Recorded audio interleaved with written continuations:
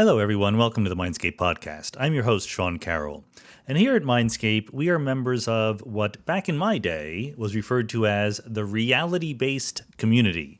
We believe that there is a reality out there, there's a real world. You don't get to pick reality, at the fundamental level at least. But of course, we all know that when we examine reality, when we talk about it, when we carve it up, when we turn it into useful little person-sized chunks, there's a lot of human choice that goes into how we describe reality.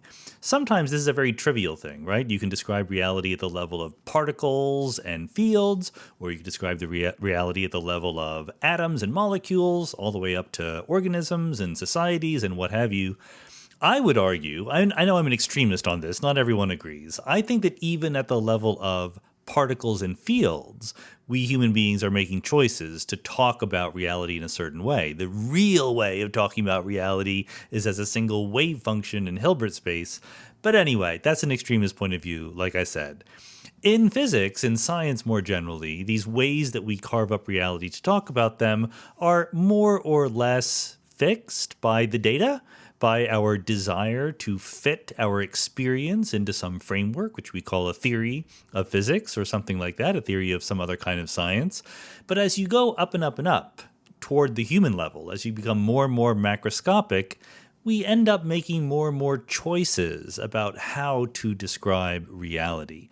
Once you get to the level of people in societies and countries and governments, then you're making things up right and left. We make up things like rights and privileges and laws, right?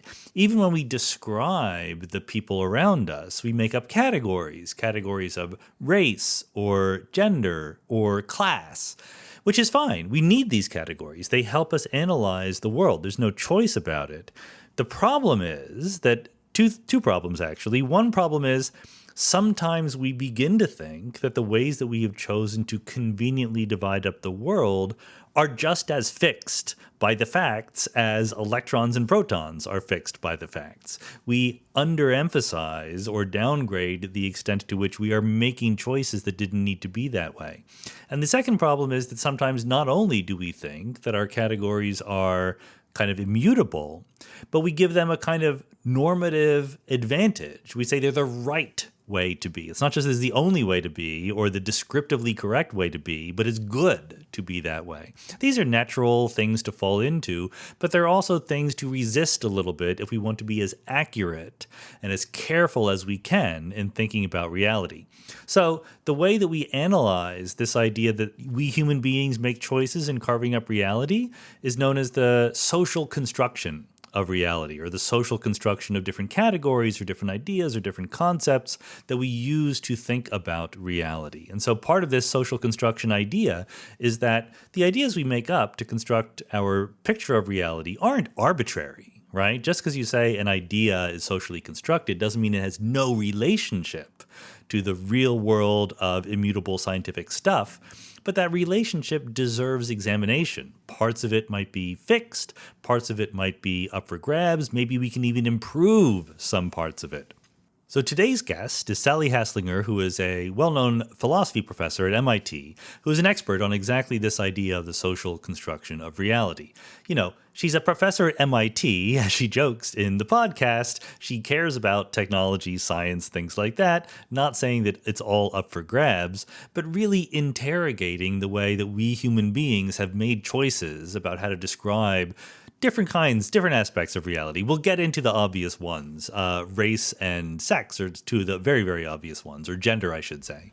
And then there's the question that immediately arises, what should our attitudes be toward thinking about this? Like, how can we prevent ourselves from falling into the trap of taking the categories that we invent as given to us objectively by nature?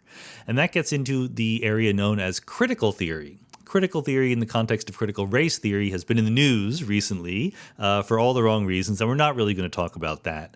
But the more general picture of critical theory is just examining the presuppositions that we inevitably have when we examine culture and society, looking for the hidden assumptions that lead us maybe down the wrong path in trying to make the world a better place. That's the role of critical theory. And so I think this is a very fair discussion. I don't always agree with everything. I never do. But I think this is going to be a good introduction to these kinds of ideas, especially if you're instantly skeptical, okay? I think that Sally does a very good job of laying the groundwork as to why you would think in this particular kind of way, whether or not you end up thinking it's the best way of going.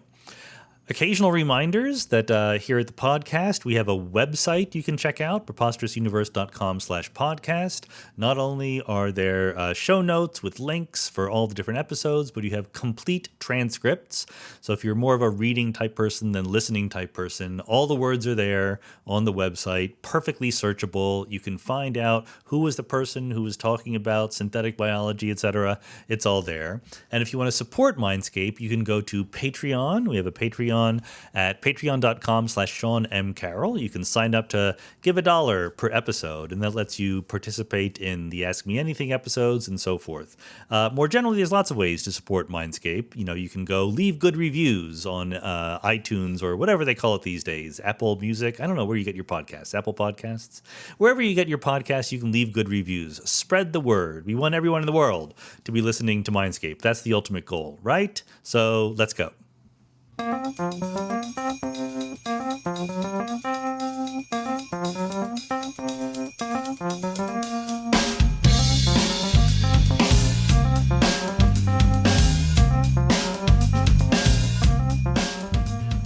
Sally Haslanger, welcome to the Mindscape podcast. Great to be here. Thanks for inviting me. You know, we've been, without much planning on my part, I've been having a few episodes where we talk about reality, what is real in different ways, in very different ways. The very first podcast of the year is with Jody Azuni, who talks about whether mathematical objects are real. The second podcast was David Reich, the geneticist from Harvard, who, when I asked him, are species real? He's like, it's a philosophical question. I don't want to talk about that.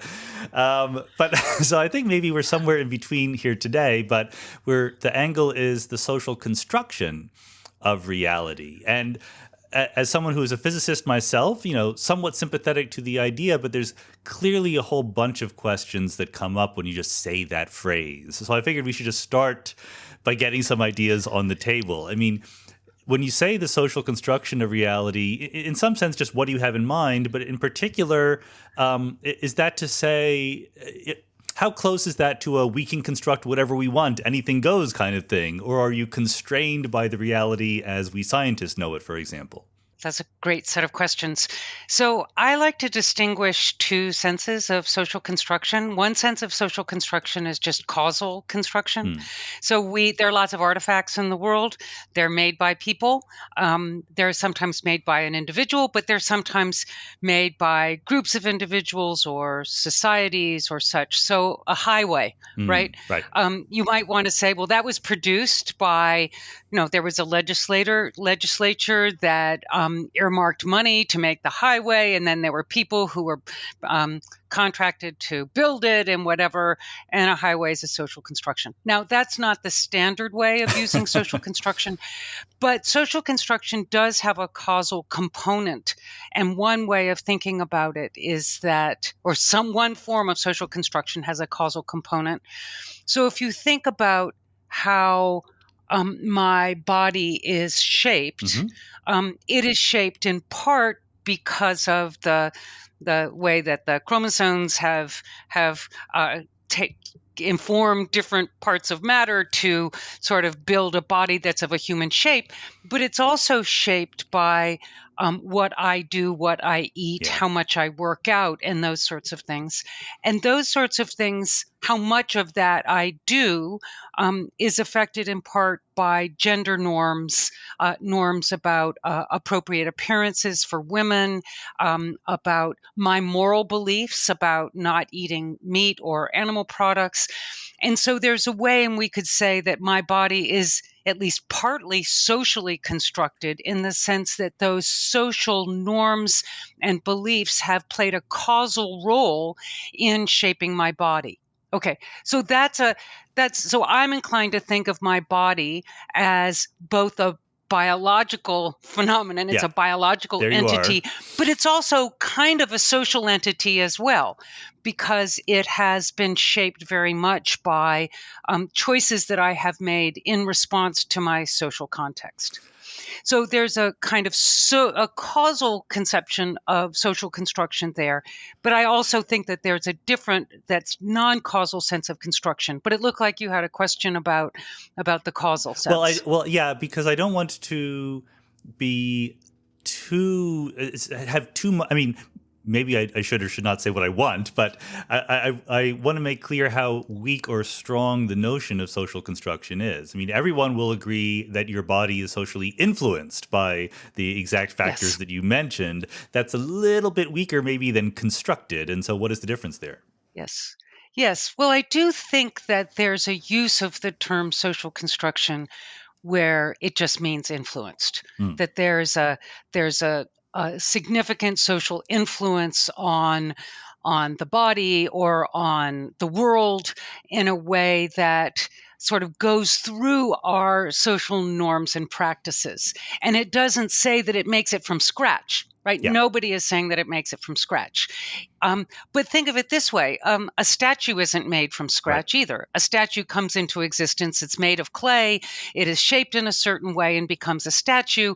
And similarly, my body, you might think of, there's the clay, and that it was shaped in various ways, and it came to be something more statue-like, Mm-hmm. in the sense that it is composed of the biological entity, the animal, but it is not just that biological entity. It is something more than that. Like the statue is more than just the clay. And so I think that sense of composition Mm-hmm. is important in some of the senses of social construction that you come to. You're not going to say, oh, the statue came to be from nothing, because it came to be from the effects of an artist who was also influenced by a social context on a material substrate. And so my body, there's a material substrate there, a material substrate like the clay or the marble, has causal, potentialities that are not up to me. But among the potentialities that it has is to respond to what other people say or think or demand, or the kinds of punishments that they may impose on me if I don't conform to certain things. And so those potentialities, just like the clay has a potentiality to take to molding in a certain way by not just its environment, but by the artist. So my body has a potentiality to be molded by me in Mm. response to the social context. And so I'm kind of thinking about, just as, you knock the statue off the table and it falls to the floor by virtue of its physical properties, Mm-hmm. not by virtue of its aesthetic properties. When someone comes in and sees it, they respond to it as something beautiful by virtue of its aesthetic properties that are over and above its mere physical properties. So it sounds like in this sense of social construction, various aspects of a body or a person or whatever are the ones that are socially constructed. And for obvious reasons, that seems very important. But I know there are people out there who will tell me that quarks and leptons and atoms and particles are socially constructed. And that doesn't seem to follow for what you just said. No. And I'm not. I would like to say that not everything is socially constructed, Okay.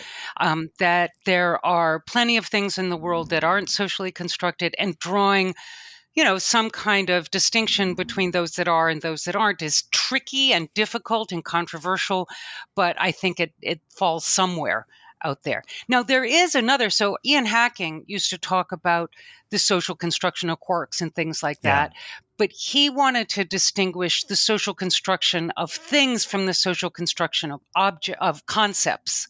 Right. So all concepts are socially constructed. They come to us through language. They come to us through our interactions with other people. You're a baby, you grow up, you learn the concepts you learn because those are the ones that are made available to you in your social milieu. Now, I'm Chomskyan enough to think that there's that we're pre-wired to pick up certain concepts and not others. But I'm inclined to think that, the concept, the thing, the mental entity, if there is one, is a social construct. But the thing it corresponds to in the world isn't necessarily a social construct. Okay, but there are, just to not to only mention your views, but those of others, there's sort of a spectrum of strength of this idea of social construction, where some people are going to put it all in the mind, right? But you're very happy to say there are things out there in the world, and we're talking about the powers and impacts they have on the world as a feature of being in part socially constructed. Yeah. Okay, and good. It's like, so some people even in philosophy will say that there isn't a new thing, the statue. There's just the lump of clay that is statue shaped. And so some people will want to say there's not a new thing, the social body over and above the biological body. But some people want to say, no, there's the biological body, and then there's the kind of social body, just like the statue in the clay. And I think that's a matter of some controversy in philosophy, but I don't think it matters for the ordinary person. Okay, good. And I think I did interrupt you with a question there, but you were maybe going on to other versions of social construction beyond the causal. Yes, great. Yes, and always interrupt me. I love it. So in addition to causal construction, I think there is something that I call constitutive construction. And so constitutive construction is when you have a category that is defined in part by reference to social phenomena. So take the category of a spouse.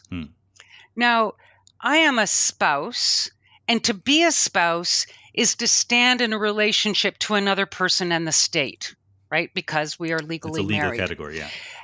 And that is a social category. It is not a natural category. It's a social category.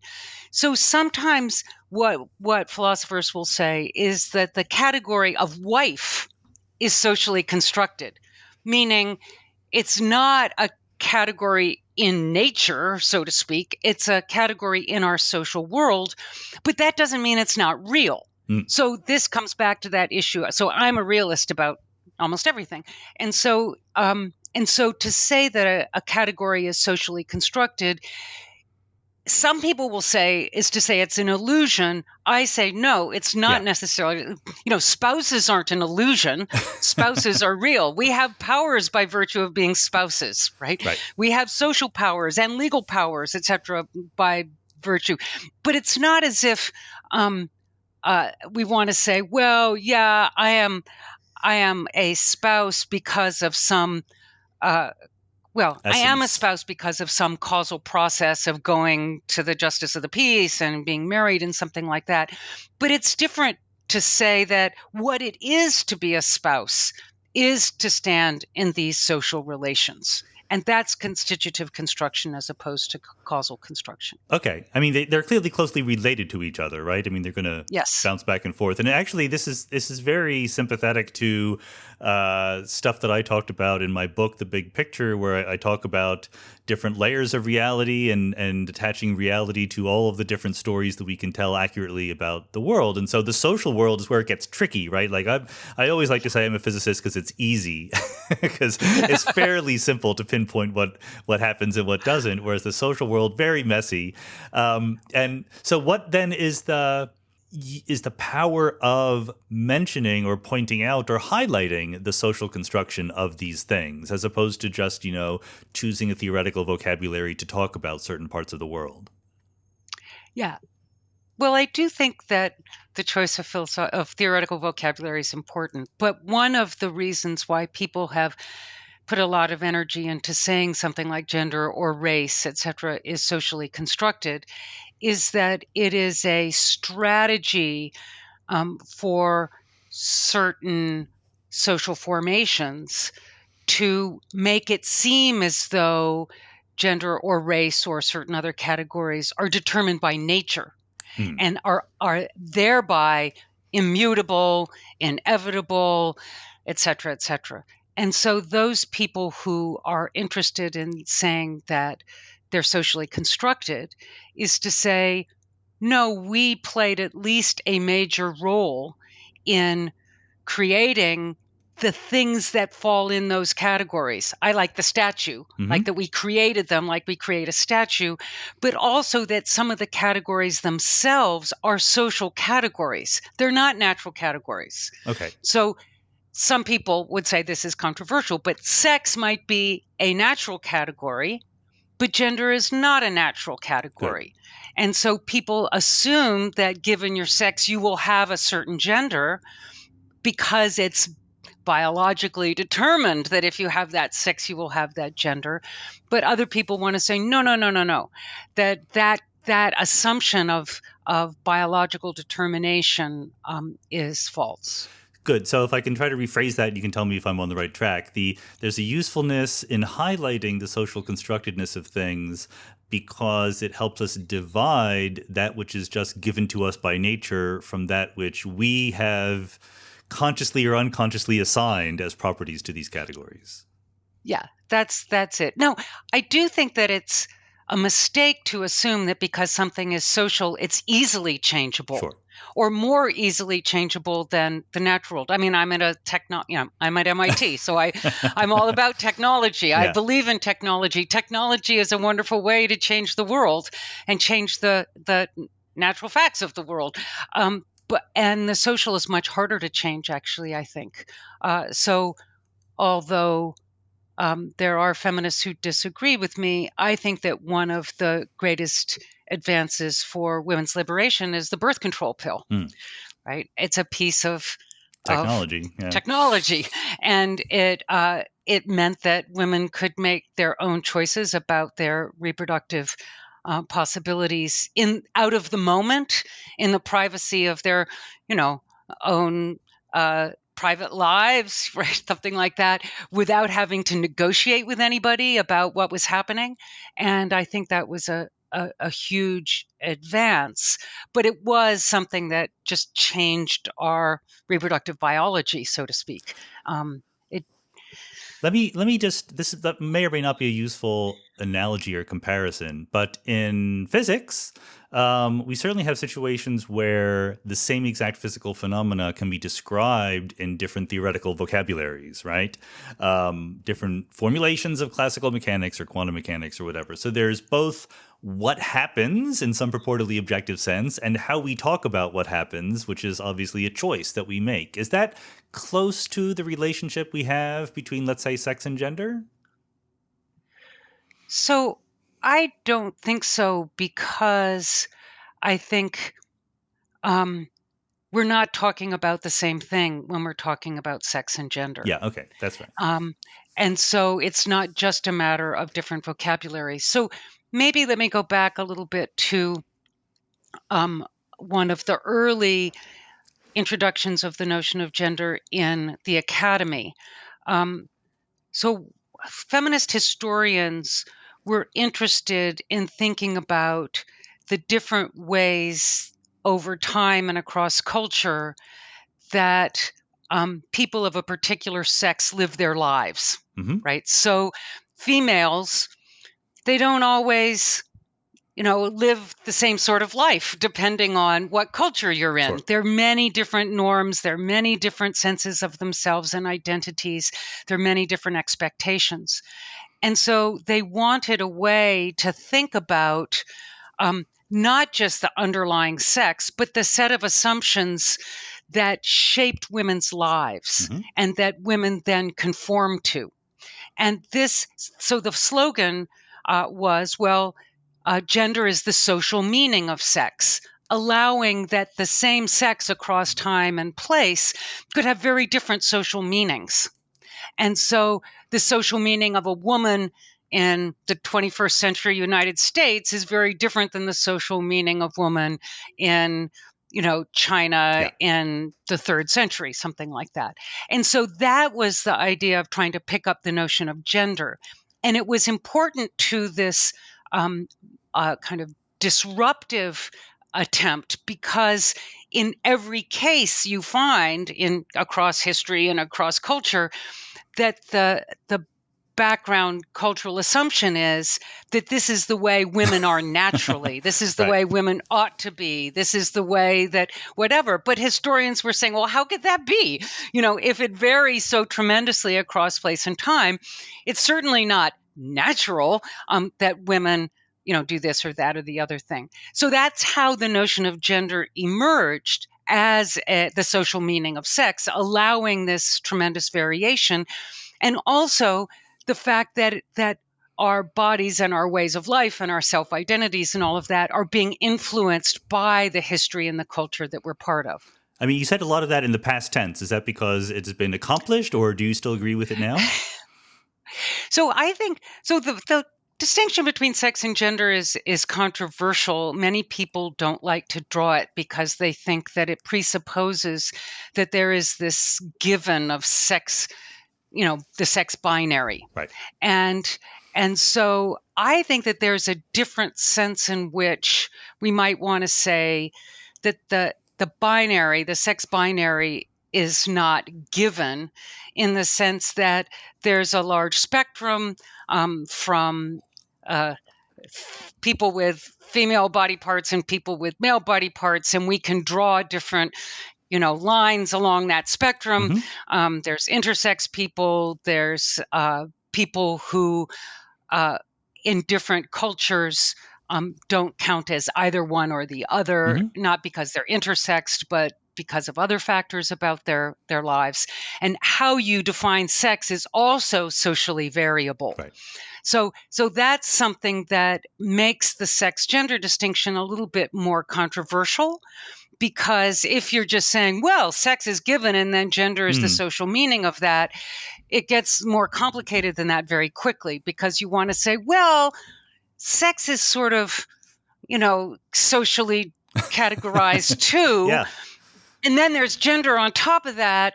But I think that there's still a distinction worth making between the divisions of people based on their body parts and the divisions of people based on the meaning of those body parts. Yeah. Okay. And that, I think, gender is the distinctions between people based on the perceived or imagined body parts that they have and what they mean in a particular culture. That does make perfect sense to me. There is something biological, and we are allowed to talk about that and classify it, and it would be overly simplistic to make it a binary, but there are still facts of the matter about what your chromosomes are, what your anatomy is.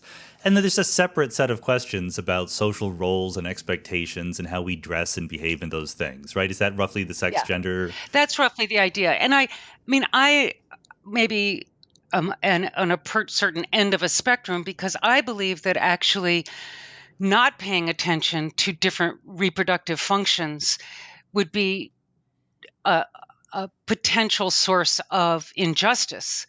Because I do think that females play a substantially different role in reproduction, that fertile females in particular, and that should be taken into account by a society. That there is a social meaning of pregnancy. Pregnancy produces, in the good cases, the next generation. Right. This is something that's socially incredibly important, and rape and sexual violence happen to both men and women, but it has different consequences for males and females potentially. And so I think that these biological differences can't be just ignored if we're going to achieve justice. Well, so I think that, this is certainly bringing up exactly where the rubber hits the road in terms of these questions, because basically, if I have the picture right, in a non-reflective way, we created these social categories, and they were closely related but not the same as sort of scientific categories. And now we're being a little bit more reflective about it, and for good reasons, as we'll get to later. But there are sort of social justice reasons to try to do this. We want to make the world a better place. But it's hard because the vocabulary isn't there and the expectations are a little weird. And, so, you're using words like male and female, et cetera. Yes. What do these words mean? How should we go about this project? We need to invent completely new words? I know in discourse about trans people, there is a discussion of the extent to which we should just say trans women are women, full stop, right? Yes. Yes. And I see the attraction of that in terms of giving them the rights and expectations that women have. There are obviously biological differences or whatever. And so how do you even talk about that? Like what is the way in which this separation of the socially constructed parts versus the natural or scientific parts? I'm not quite sure what to call the other parts. Totally. No, this How does this help is us? what we're struggling with. I mean, both theoretically and culturally, I Yeah. think we're struggling with. So since, for the past 30 years or so, since this introduction in the academy of a notion of gender as the social meaning of sex, people have sort of regimented the language to suggest that we use male and female for sex Okay. and man and woman for gender. Oh, okay. Now that's it doesn't always work. I mean, I myself even talked about men and women, but I was really Yep. talking about males and females because in ordinary discourse, and I'm trying to speak not theoretically, Yep. so in ordinary discourse, we use men and women more than male and female. So it is very tricky to communicate. And there are, and when you use male and female, there's this temptation to reinforce the binary. Because what's the other sexes? Like, what do we want to call? We haven't even sort of culturally, theoretically decided how many sexes we want there to be or think that there are. And so some people are resistant to, male and female as the sexes. Yeah. Okay. Because that already reifies the binary. Mm-hmm. And then when you're starting to talk about genders, you don't want to assume that genders are just the social meanings of male and female, because there might be the social meanings of all different other kinds of categories. So to take it, so eunuchs are an example, Mm-hmm. an interesting example, right? That they have a different body type, not naturally, but by virtue of surgical intervention, and there's a different social meaning associated with them. And so sometimes people have thought, well, what we need to do is look historically at these different formations and social formations that offer us examples of different bodies and different meanings of those different kinds of bodies. And so some people have looked to the two-spirit tradition in Native American cultures and suggested that there are different genders there, Mm-hmm. and sort of left it a bit open about how we want to categorize sex in contexts like that. And there's a kind of openness and sort of ongoing exploration and political contestation over that. I mean, I If guess, that makes sense. yeah, no, that makes perfect sense. And maybe the answer to my next question was implicit in the sentence you just said, but I was going to say, okay, now that we have this improved understanding of these distinctions, what do we do with it? I mean, and maybe what we do with it is just talk about it in a slightly more clear, rigorous way than we used to when we were just taking things for granted. Yes, I do think that clarity and rigor is a good thing, but there's also politics because I've noticed, yes. because there are some people who do not want to allow that trans women are women Mm-hmm. because our social facilities, such as bathrooms or our laws around marriage, etc., are organized around men and women, and because of that, the rights and privileges that individuals have by virtue of being men or women are connected historically to body type. Yeah. And so when you start saying, well, a woman is just a gender and it's not necessarily connected to a body type, that suddenly changes a set of rights and privileges and obligations that people have by virtue of what? I mean, is it by virtue of their identity? Yeah. Is it by virtue of their bodies? Is it by virtue of what? And that becomes immediately quite political. I do want to get back to that, but it reminds me of an analogy that I came up with while reading some of your things. But then I think that I noticed that you came up with the same analogy, which is to money. Money is a Yes. social construction. We invented it, but there's a whole bunch of people out there who have a strong feeling that money should be more tangible than it really is, and they want to go on the gold standard. They want to feel secure that they could hand in some dollars and get something tangible back, whereas in the actual current system it is just entirely socially constructed. It's just what we agree to do when you give us money. And is that sort of search or desire for certainty and foundationalism part of the thing you're up against when you emphasize the social construction of things? I mean, that's an interesting analogy, and I think that there's a lot to it. But given what we were talking about before, that there are different bodies that have different potentialities, it isn't just like money, right? Because you can't make it the case that someone can get pregnant just by saying so, or categorizing them as of a certain kind, by how we think. That there are vulnerabilities that individual bodies have that we should be respectful of and attentive to. But how to do that is part of what's at issue in the political landscape. Yeah, okay. How do we want to be attentive to, and also to history, that there are spaces where women have felt safe from sexual predation, where females have felt safe from sexual predation. And what does it mean now to make those spaces open to males? Where being a male brings with it certain physical potentialities that are already sort of have a meaning in our society.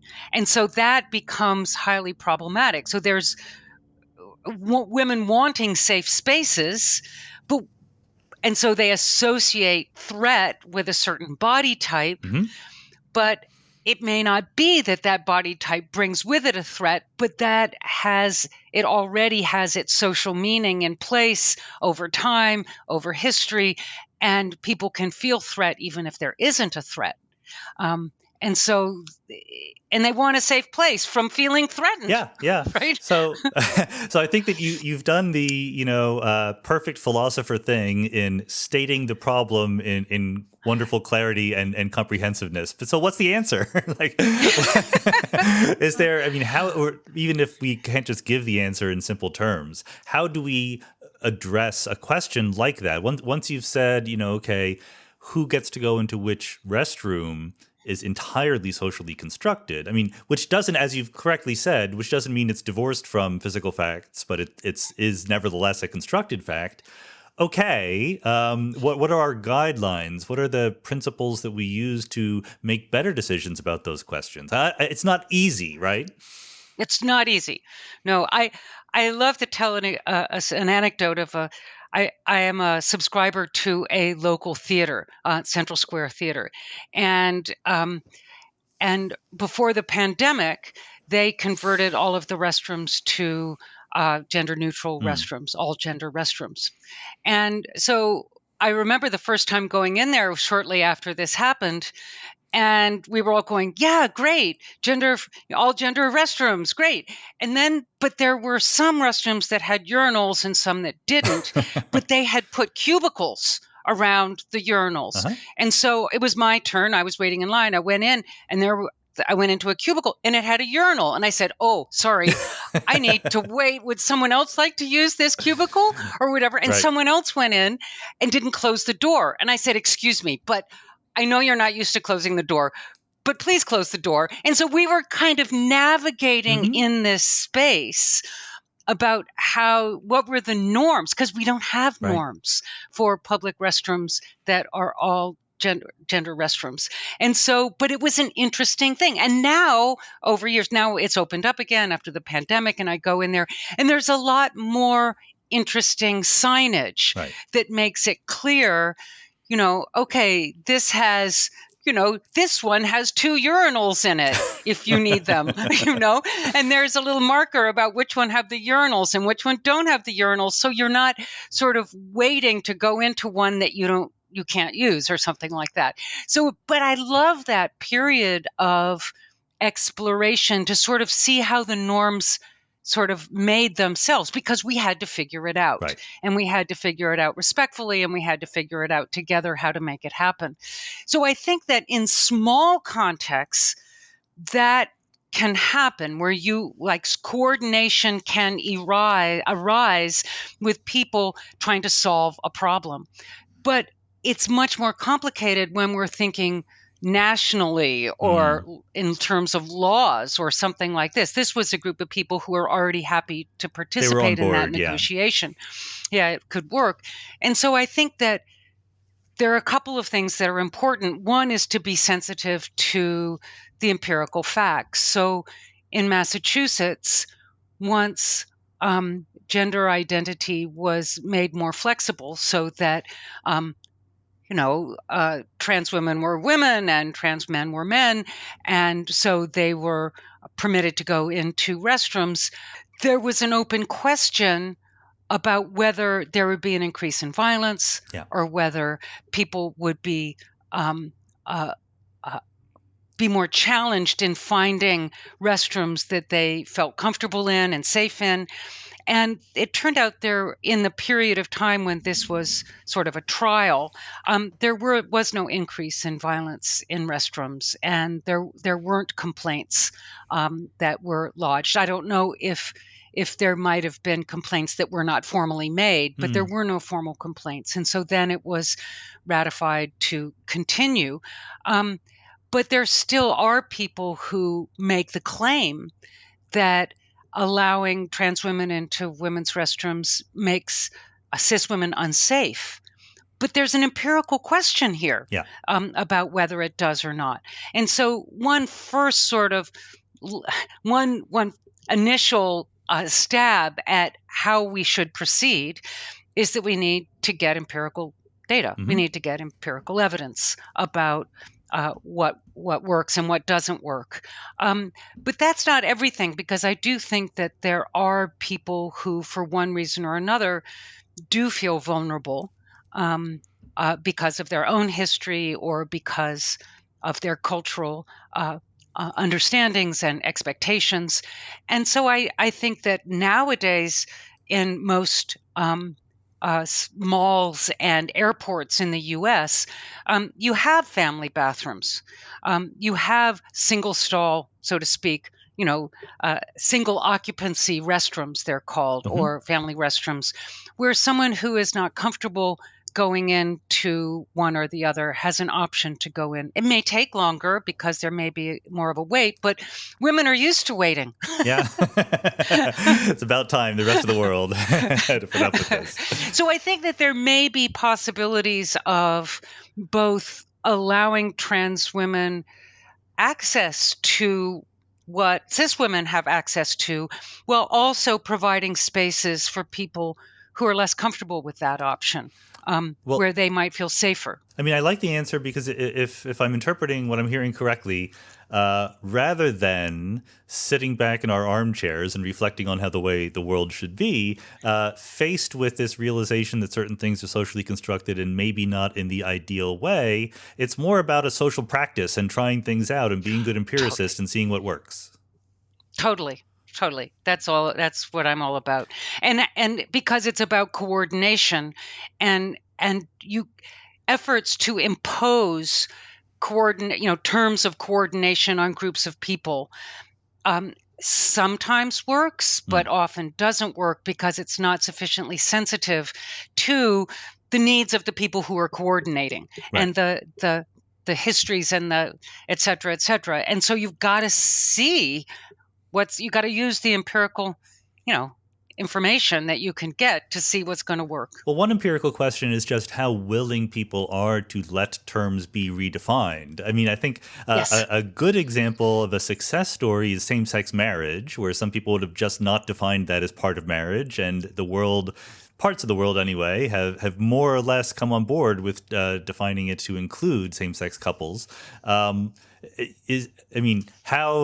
How much do you, as a philosopher, have to think about this practical problem of getting people to go along with the program? How malleable are these socially constructed terms? Yeah, I think that's an excellent question. And I I think that the job of a philosopher is to make proposals in the context of a social movement. So I don't think it's our job to sit at a desk and make up some, new way of thinking and speaking about things, but to be responsive to problems that have emerged on the ground where coordination is not working, and to work with those people on the ground to see how we might redescribe the situation in a way that could be paradigm shifting, right? That could give you, whoa, a whole new way of looking at this. Yeah. I mean, that's what one of the things that philosophers can be good at is sort of go, well, let's break that open and think about it this way. But you can't go too far because people are not going to go too far too fast, right? So you've got to but I'm very committed to working on the ground as part of a movement to see if there are ways to do this that can shift perspectives. Now, you're not going to get everybody to buy in for all different kinds of reasons, but I think part of the job of a social movement is to provide incentives to do so, incentives to go along with the pack, because we're coordinating and we're doing it fine and we're happy to do it. And if you don't want to be part of it, okay, you can try and do it your own way, but you're going to miss us because we're valuable and we're important and you're going to want to do it with us, right? That's an oversimplification, obviously. But the social movement is trying to change the way we do things. And people are very highly incentivized to do what we do, right? Now, the problem is when you get polarization, they say, oh, but we're not part of your we anymore. And I think that's a bit where we are on a number of different issues now. So a question might be, how do you overcome polarization? And I think that sometimes there's an assumption that, well, you just use the law. Right. But the law is not a simple solution. I mean, as we can see from, racial integration, it blew back on itself very badly. And, that's what generated the civil rights movement is after Brown v. Board of Education, and people were not going to integrate their schools. In some states, in Virginia, I think it was, they shut down some of the school districts, the public school districts, because they just made it all private so that they didn't have to integrate. So there are lots of strategies for a community to resist legal pressures because their cultural norms and their way of life and their self-understandings just can't tolerate that change, and they're not going to put up with the imposition of a new form of life. And so then the question is, and so then what happened is the civil rights movement moved in, it made some progress, but we're still faced with racial segregation. Sure. We're still struggling with that. So I don't think there's a, moving from Black to African American. It was a good idea, but it didn't solve the problem. So language itself, I'm not sure how good an idea it was, but at the moment it seemed like a good idea. But, just changing the language does not solve our problems. It's not enough. Just changing the law does not solve our problems. And that's where I wanted to move next into, slightly more treacherous territory in some sense, because I'm betting that everyone listening to the podcast, almost everyone, is happy with same-sex marriage.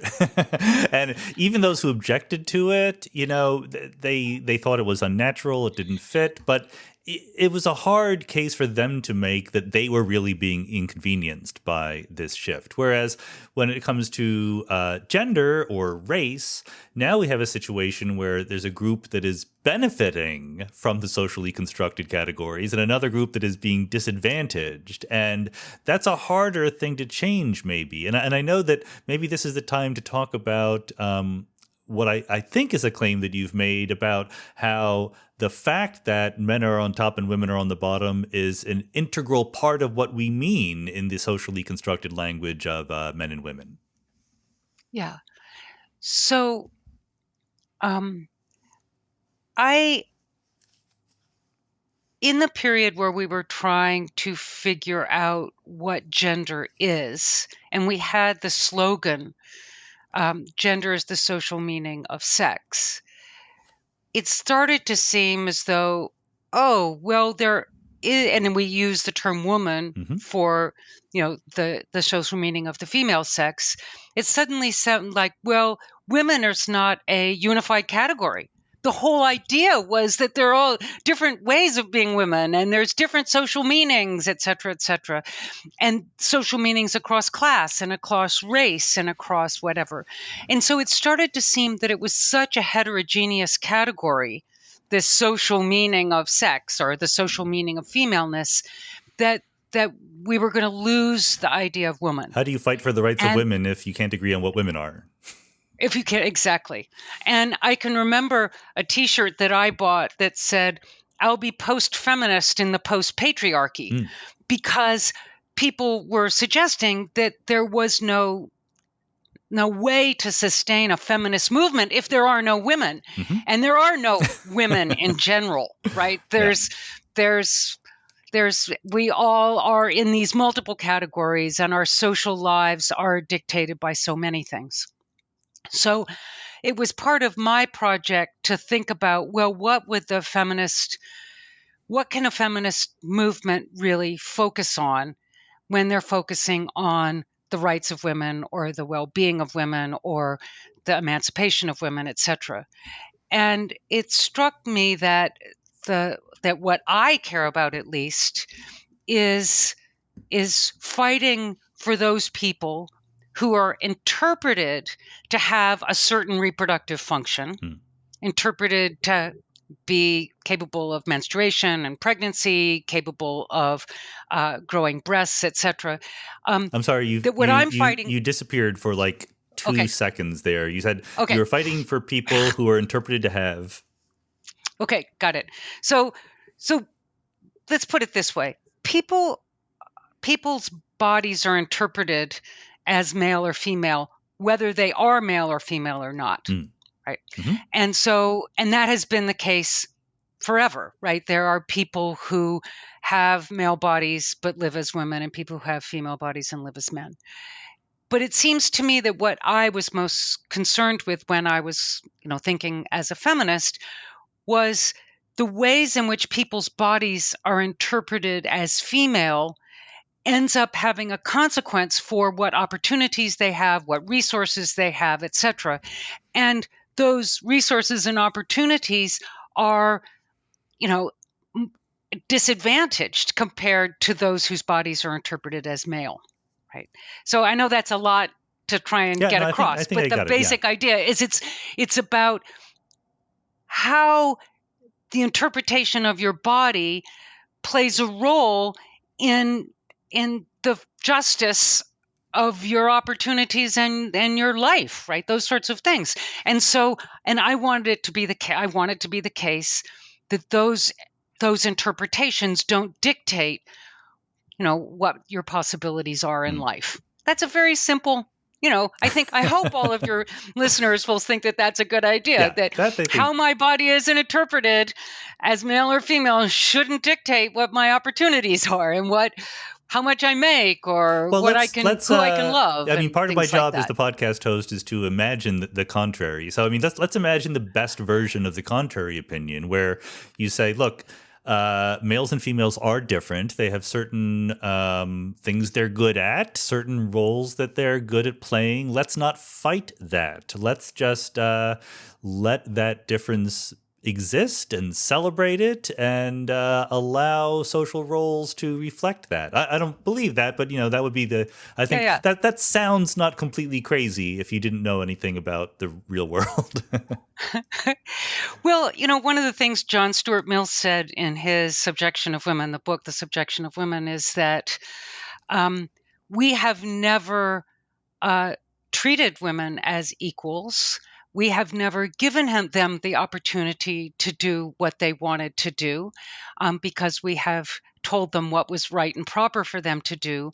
So how could you possibly make a claim based on the evidence about what women want or how they're going to, best live their lives or what will make them most successful? Because we don't have a control, right? It's always been dictated for women that they have a particular role, and for men that they have a particular role. And so if we are good empiricists, we ought to step back from that and try to see what happens. And what we find often is that a lot of men really hate masculinity, Uh-huh. and a lot of women really hate femininity, and that they have to struggle to conform to it. And they are much happier when they, you know, don't have, if a woman, is a physicist, Yeah. she's happy to be a physicist, and to tell her that her proper role is in the home, taking care of babies, she will look at you like you're out of your mind. And so I think that's so when I'm thinking about defining gender, the way I see it is, it continues to be the social meaning of the reproductive body, or but what I want to say is that men and women, as we have known them, as they have existed up until now, are the social meaning of the imagined or perceived female body, and the social meaning of that with respect to oppression, Good. privilege, and subordination. So when we're fighting for women, we're fighting for those people who have been subordinated because of the way their body has been interpreted. Now, some people have thought, well, but that's not what I mean by women. And I go, yeah, sure, that's fine. I'm not arguing that's what we all have to mean in all contexts whenever we use the term. I'm using this term in a particular way that draws on this history of gender being the social meaning of sex, of woman being the term that's used for gender, for understanding gender as a category that's of primary concern for a movement, for the feminist movement. And how does this come to sort of practical advice for our behavior as human beings, right? I mean, most people, like you say, there's a lot of things that are socially constructed, not given naturally. And part of that is how we dress, how we cut our hair, ways that code us instantly as either masculine or feminine. Is that bad? Should we resist that? Would it be more emancipatory if we didn't have these stereotypical behaviors, or are some of them benign and we can enjoy them? Because some people do enjoy them. Like I dress Totally. in a certain way, and it's totally like a guy, and Yeah. I'm not that motivated to change. Yeah. No, I think that's fine. So my view is not we should all become androgynous, but it's that having long hair and breasts and wearing a dress should not have consequences for you in terms of your pay, in Yeah. terms of your career opportunities, in terms of other things that you might want to do with your life. You shouldn't be assumed that you're going to be the one to cook dinner or clean the house, or that if you're dressed in a coat and tie, that you're the kind of person who ought to take care of the outside of the house and mow the lawn and do that sort of thing. I mean, there's it's incredible, the detail of gender norms about what you're supposed to do, etc., given your body type. And you're thinking, really? If you have a certain body type, you cut the lawn. If you have another body type, you vacuum the house. Oh my God, that's so ridiculous. But it's to say two things. One is to notice that is contingent. It's historical and culturally and historically specific, Mm-hmm. and that there's nothing natural about it that you have to conform to. If you want to, Yeah. that's good. But that also it is often correlated with privilege and disadvantage. That these sorts of things, that men go out and women stay home, and well, what does it mean if you stay home and don't get to go out? Well, among other things, you may not be able to form a network of people who you can turn to should things get rough at home because you're confined to the home. Or, I mean, I know that's a class assumption that women stay home and men go out, because not all classes or cultures certainly is that true. But I'm trying to give an example of how even simple norms that look benign can have serious consequences for your well-being and your rights and your flourishing. This has brought up a million things I want to ask all at once. Let me just try to mention one of them, and you can respond. I was once invited to go to a social kind of, I don't know, it was an informal kind of organization, but it was only men. Only men were allowed, and it was like, we're not anti-women. We just want a space for men to come and be men. And I said, no, I don't want to do that. I kind of like hanging out with women. That seems like a very arbitrary kind of dividing line. I want to hang out with interesting people no matter what their gender is. And one of my friends who was a member said, in all sincerity, and he's, very progressive feminist guy, he's like, we're not in any way, it's not misogynist or anything like that, but it is a great networking opportunity. And I said, but that's the problem. You have a great networking opportunity from which you're explicitly excluding half the population. That sounds wrong to me. Yeah.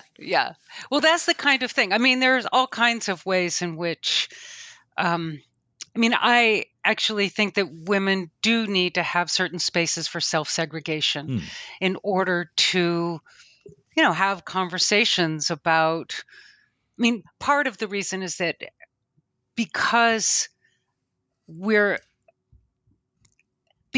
both men and women are expected to have certain desires and certain preferences and certain talents and certain forms of life. When you don't, it's very tempting to think that there's something wrong with you, that you are to blame because it's natural. Right. So you must be abnormal or unnatural or something like that. And when you meet with others who are in a similar situation, and you find out, oh, you don't like to do that either? You're not good at that either? Your husband acts that way too? Then what happens is that you begin to see it's not necessarily all your fault, that there's a structural problem here. There's a more systematic problem here. And that is the beginning of consciousness raising. Good. That's a crucial movement. So it could be that for men getting together, what they realize, there's one thing is, I hate being masculine. I don't like football or, whatever. Yeah. I'm stereotyping, obviously, but I don't want to, be the one to make the money. I want to be the one to take care of the child or, again, stereotyping and sort of using ancient history. But it's a way that you can begin to notice these structural patterns that are not good for everybody. Yeah. They're good for some people, but they're not good for everybody. And then you can begin to identify what needs to change. So let me once again try to rephrase and state back, and you can correct my misimpressions. But it sounds like, and I might get this wrong just because I already believe it, so maybe I'm not hearing the subtleties, but it sounds like, look, if in a particular household that has a couple, that one man and one woman, if the woman wants to be the one who does all the cooking and the man wants to be the one who mows the lawn, that's fine. And even if in 90% of such households, that's the division of labor, that's fine as long as, number one, in the 10% where the woman wants to mow the lawn and the man wants to do the cooking, that's also fine. And number two, we're sure that this purportedly innocent division of labor is not actually smuggling in some inequities somehow.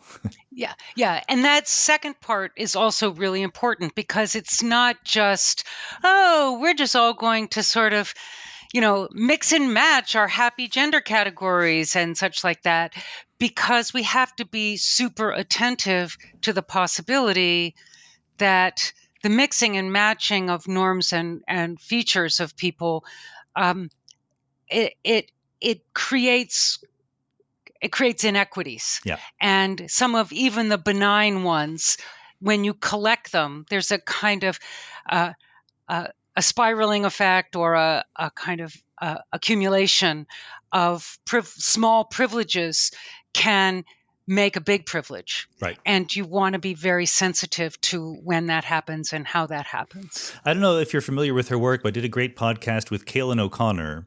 I love Kaylin. Yeah, she's amazing. And she uses game theory to show how you could start from a purportedly neutral situation and the inequities come about because someone's going to win, someone's going to lose. It makes perfect sense. Yeah, and then you get more bargaining power. Yeah.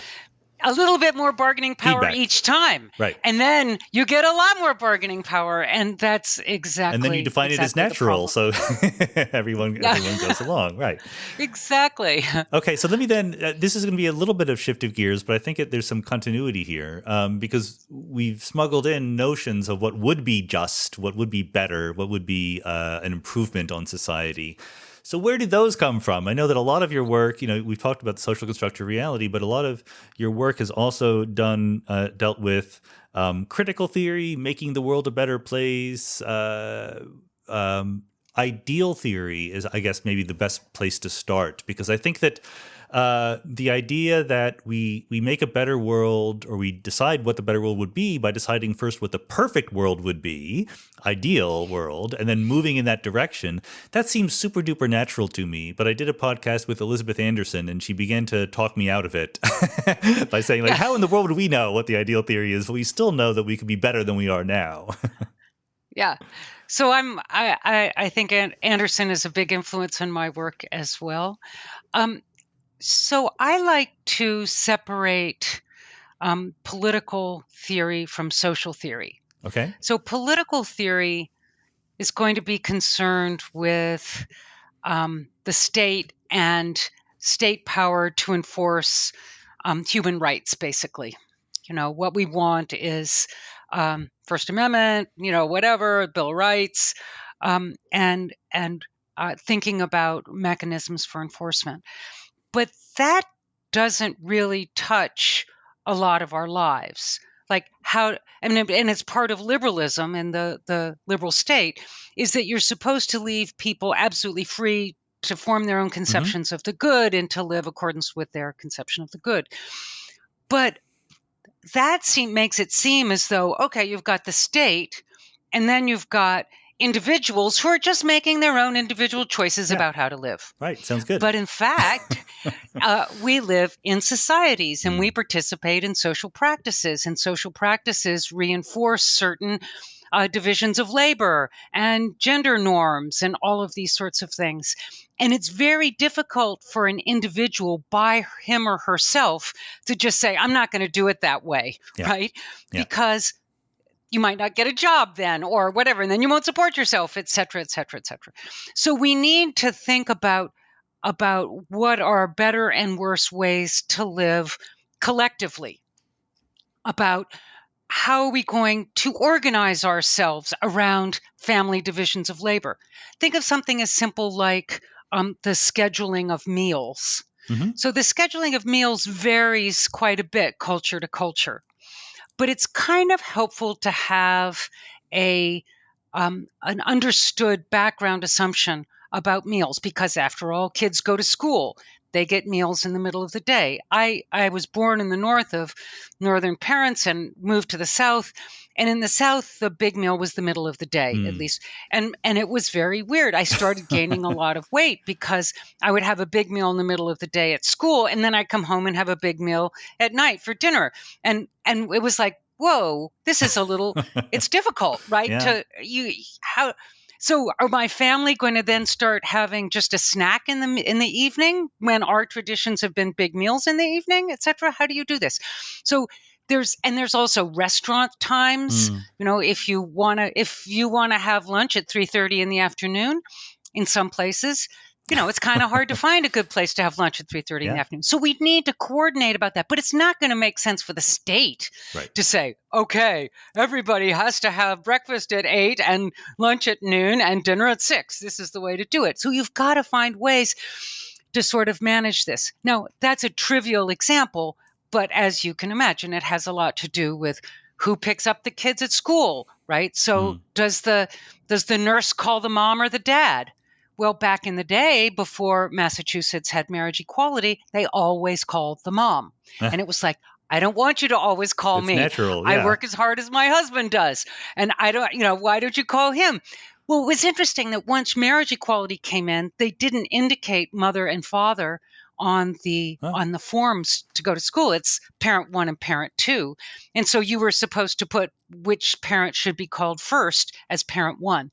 So it just, which was great. Yeah. But see, there is a change in a practice that had a legal incentive, because of marriage equality, but it changed so many things about parenting and who was going to be called, who would have to leave work, how would they get out of work, et cetera, et cetera. So there were changes there, but subtle changes like that can ripple through a society, because once, there's changes in, well, I switched from the meals example to parenting examples. But what I'm trying to emphasize is that these small differences in how we divide labor or how we organize our time can make a difference and can have elements of justice in it as well. Because if women are always the one being called away from work, then they're going to be seen as much less reliable, and they're going to not be able to have certain kinds of jobs that you have to be available on call at any moment, et cetera, like that. So we have to figure these out, not just as a matter of convenience, but they can have justice implications as well. So then the issue is, well, how do you do that? Do you design a society that's the perfect society, that has their meals at the right time, that has their pickup from school practices at the right? No, of course, that's ridiculous, right? So from my point of view, even if ideal theory makes sense in the political domain, which I'm not saying it does, in the social domain where I mostly work, it seems ridiculous, right? It seems as though you can't do it. So what you have to do is analyze practices that are currently in place to determine who's being advantaged and who's being disadvantaged by those practices. How does that pattern that, like Kaylin O'Connor talks about, how does that bargaining power get reduced if you're the one who always has to pick up the kid, right? Or always has to go home with them when they're sick, something like that. How does that reduce your bargaining power in various ways? Because you're not bringing home the bacon, and so, et cetera, et cetera. And so when you start to analyze the practice, you can then begin to nudge people in different standard, different expectations, different rules for how it is done. And then again, I think that's what social movements do. And sometimes they use law to make that first move or a 10th move or something like that. But sometimes you work in your own school. I'm kind of it's bottom up kind of work.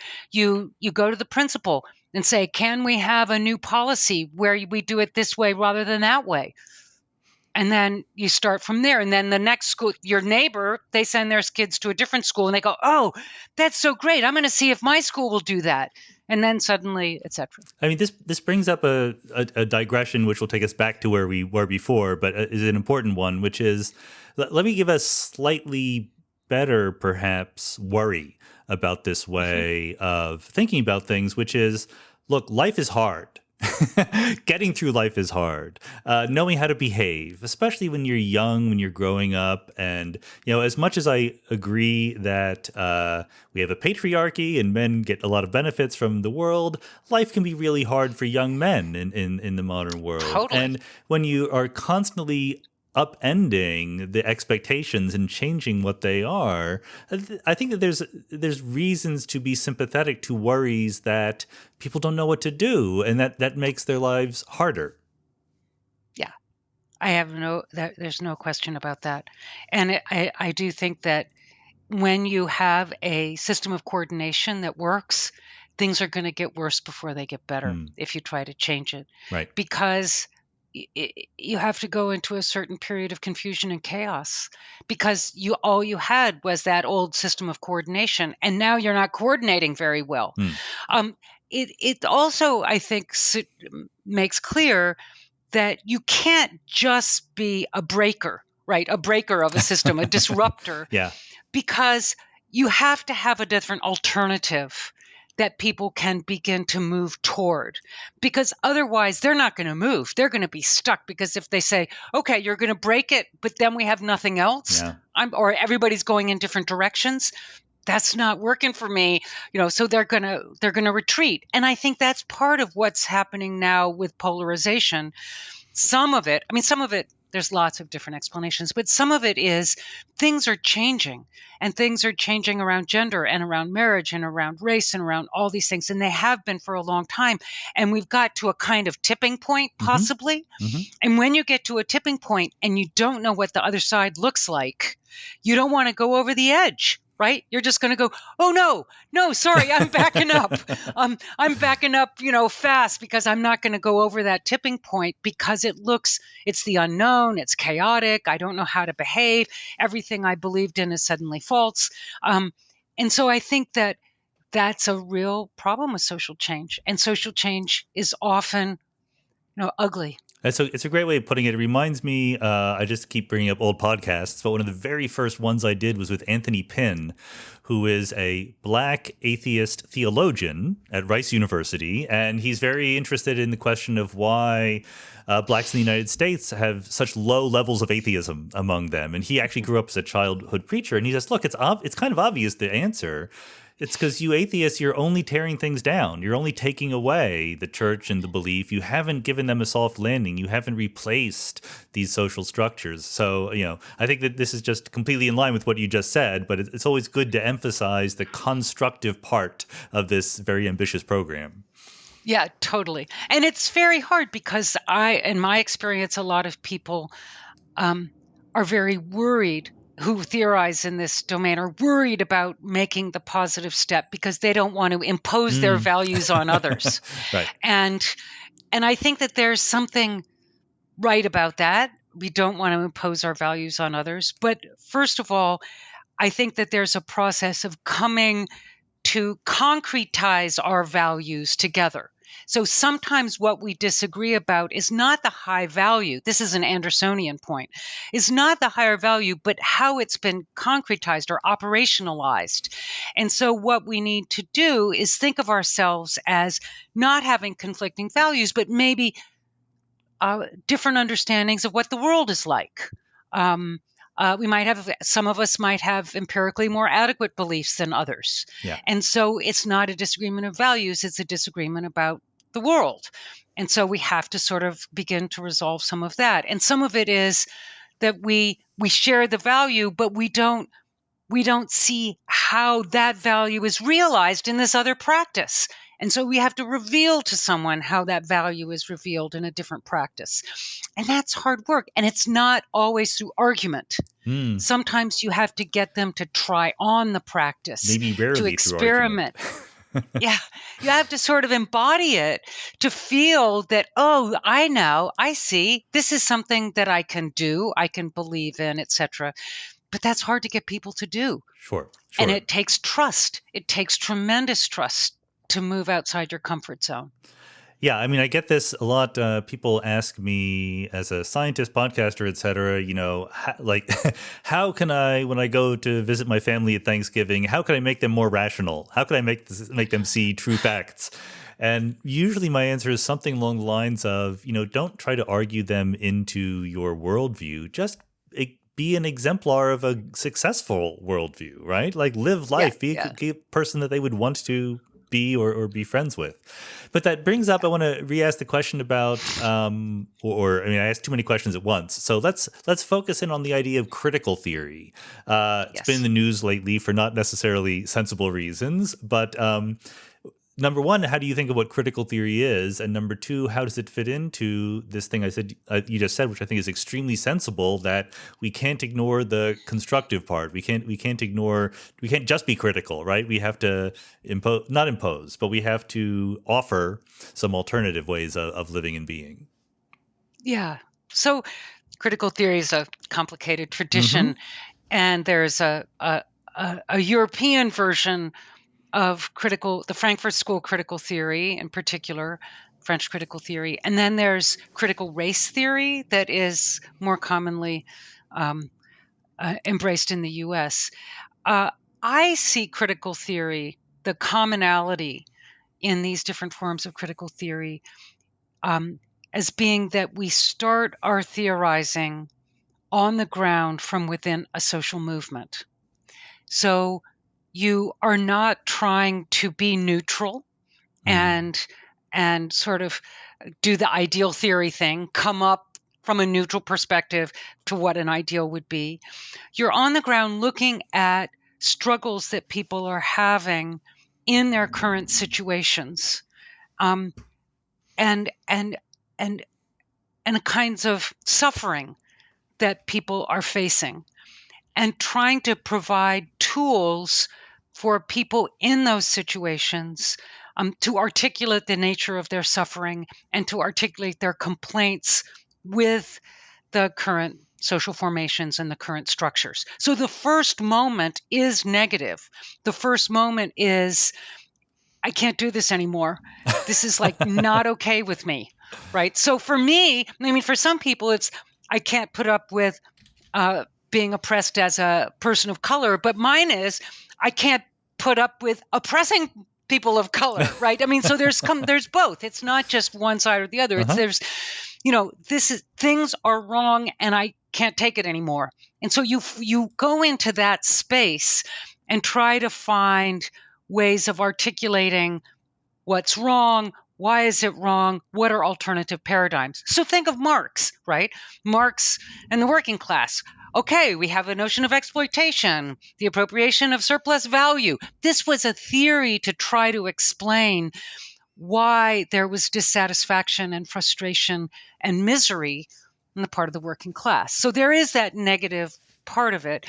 And in critical race theory, I think that there is that as well, of looking at, what is the nature of this suffering? It's not just Jim Crow and legal segregation. It's deeper than that. It has a long history. What is that history? What is the social meaning of Blackness? How does that meaning infiltrate our lives and play a role in our everyday encounters? So there's that kind of articulation that the critical theorist offers. But it's also trying to open new possibilities for, given the paradigm shifts, for seeing different ways of organizing ourselves, with different meanings. What would the meaning of whiteness be if whiteness were not just, Anglo-Christian domination, something that, what would it be? What is that going to be like? How were we going to live whiteness? Or are we going to give up race entirely? Yeah. Right? So those sorts of questions become, and then for some of the critical theorists, what you do is you, again, don't go to the high heights, the upper reaches of theory, but work collectively on the ground with people to try and do the work I was mentioning, to do the collective rethinking of the practices, the collective rethinking of the meanings and the language and the norms that would get us through that paradigm shift. And I think this is, I hear what you're saying, and I've heard it before, and it does make sense. But this is where I do have worries, I think, that are non-trivial. If you, to the extent that you say, look, we talk about the world in a certain vocabulary, we take it for granted. There's a lot of hidden things going on here that some maybe are useful, some maybe are just oppressive and bad. Let's interrogate them. That all sounds good to me. But then the tying of it to a social or even an activist kind of perspective, where you say, here's something wrong about the world, and I want to make the world better, and that's informing how I do this rethinking of my categories.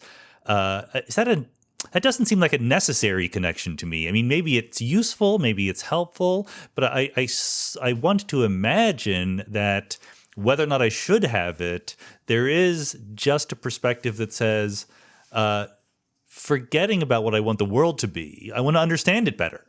I want to be able to think about it better and say true things about it, whether or not I'm that interested in going out there and making it a better place. How valid is that perspective, would you say? So where you're doing kind of normative inquiry, but not on the ground. Yeah, I mean, in the ivory tower. Yeah. Yeah.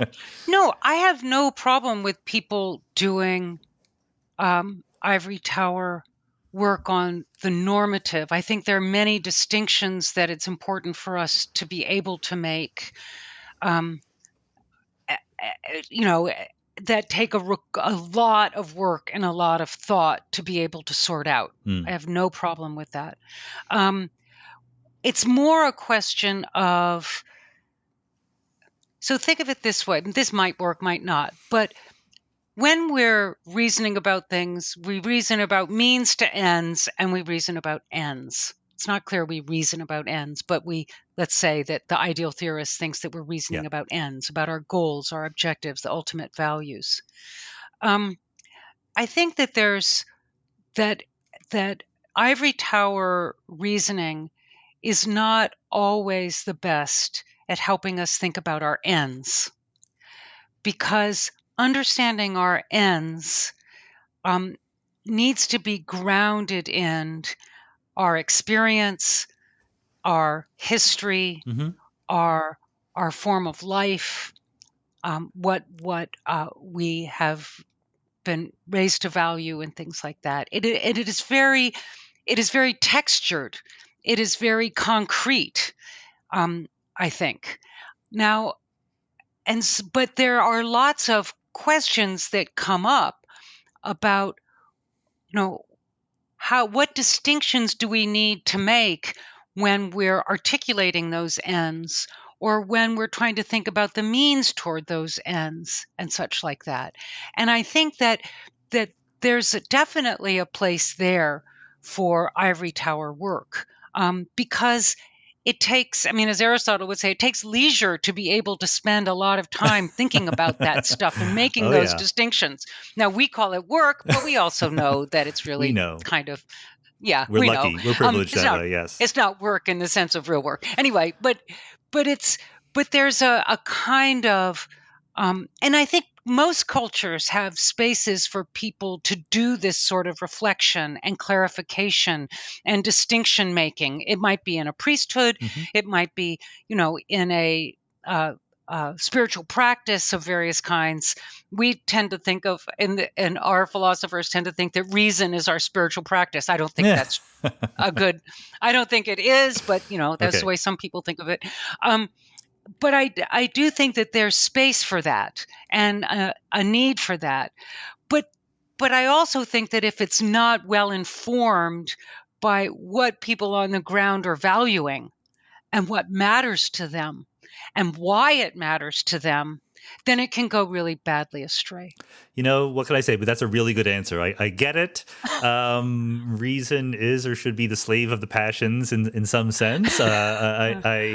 I've become a moral constructivist in my middle age, and I think that, I think you put it very well, that the ends are things that are, I'm going to paraphrase because I can't remember exactly, but the ends that we shoot for are not purely intellectual constructions, right? They come out of how we live, who we are, how we were born, our genetics for that matter, right? Who knows? And our environment. Our friends. Sort of what your geography is going to be relevant, your biology, and your history. All of these things are going to be super important. And to think that you can sort of come up with a picture of how it's all supposed to work, I think that's really hard. There's one thing to move in a direction, but there's another thing to figure out what direction you want to move in. And these are, closely related but different things to do. And you can help. The ivory tower also enables people to articulate their values and ends. Gives them choices for how to think about it. And this is where the paradigm shifting comes, because sometimes you can think this is your end, but it's a tangle. And you want to go, no, it does. You can untangle it and take this. And that could be it. We'll leave that other baggage alone. Leave it behind. Move forward.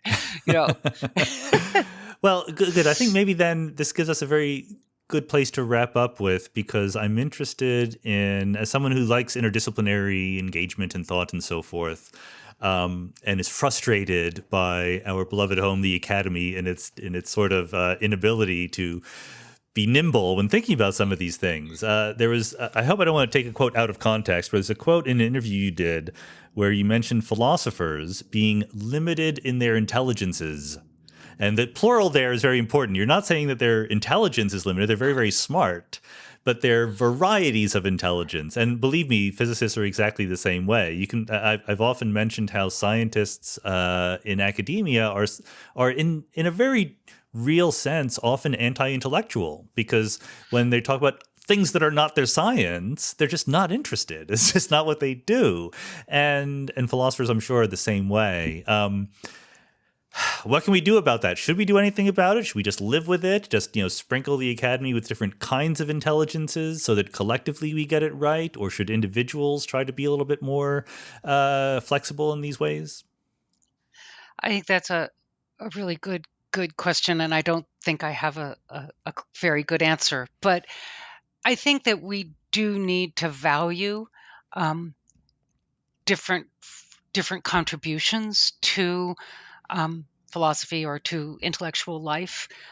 There are many ways to contribute, not just reasoning, not just experimenting, etc., like that, because you can bring to your work social understanding and emotional understanding and perceptual acuity that I think often is not well appreciated in the academy. And as individuals, you can bring that and be allowed to bring it, and you can value it.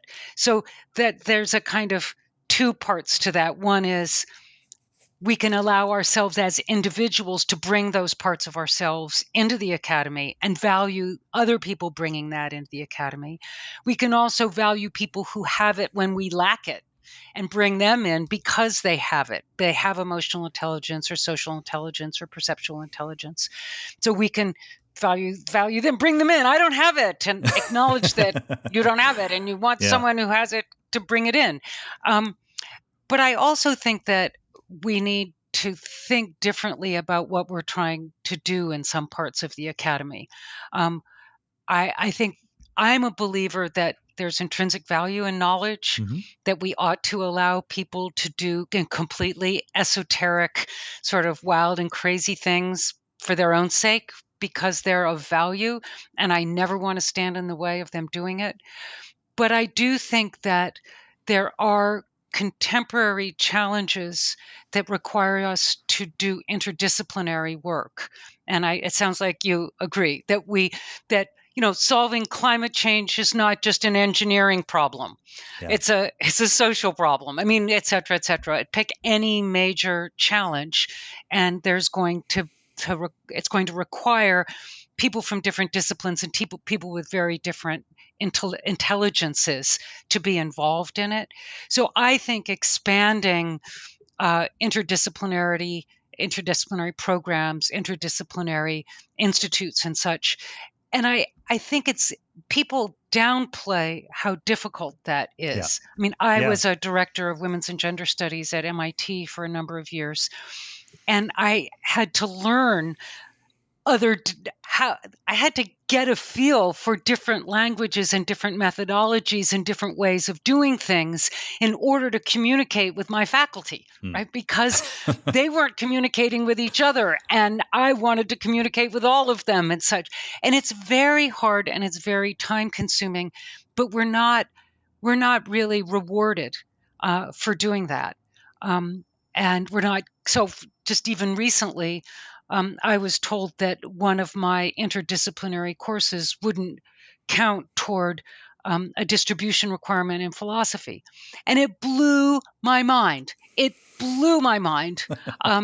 Because I was thinking that this is like so deeply philosophical to be engaged in this conversation. I got them to change their mind, so it became. But it's that sort of expectation, the gateposts of the disciplines that are so often locked, and I think that we should be moving in that direction as well. I mean, that would be a really good place to end, except that you brought something else up that I have to follow up on when you mentioned, climate change and the I think of the interdisciplinary impulse, again, at the purely ivory tower level, but it's even more crucial when it comes to saving the world and Totally. Climate change is one of them, but also the future of democracy is the other one that is an obvious thing that we worry about. So maybe I'll give you a chance to say some words about that, especially in the context of this tipping point that you and your friends, and I count myself among them, want to bring about, where we're changing society radically. And this, I'm sure that as good as it is, it feeds into polarization, right? I mean, there's a whole half of the country that reacts against it. And this is why critical race theory is in the news, because not because of critical race theory, but because it's a symbol to react against. And we're trying to make the world a better place, but also giving ammunition to those who want to resist it. And that's a tricky thing to negotiate in a democracy. Yes, definitely it is. So I think that oftentimes people I talk to, they want an answer and they want it now. Yep. And because things aren't going so well. And I think that's not possible to have an answer and to have it now. I think that we have to see ourselves as part of a very long-term process. And we may be in a really conflict prone moment in that process. And the process may go very wrong, but we can't control it, right? We're not, nobody is in control, Yeah. to be honest, right? It is a social process, which, like a natural process, has its own forces that are working that none of us have the levers to manage or manipulate. Societies are complex dynamic systems, right? Exactly. They're not, nobody has control of them. And there are things that we can do, small things often, collections of small things, many small things, but